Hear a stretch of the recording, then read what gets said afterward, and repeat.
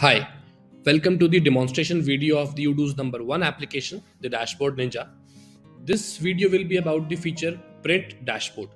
This is a very useful feature of the Dashboard Ninja. This feature basically allows you to save your dashboard into a PDF format.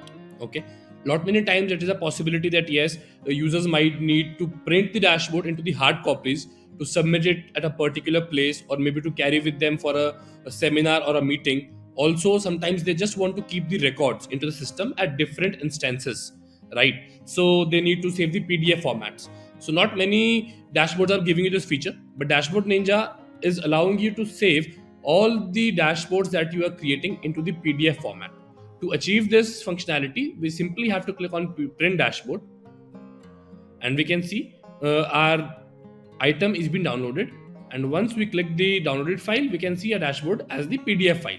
So I hope this video will help you in understanding the functionality of print dashboard. Thank you so much for watching this. For any other queries, you can reach us at sales@ksolves.com. Thank you.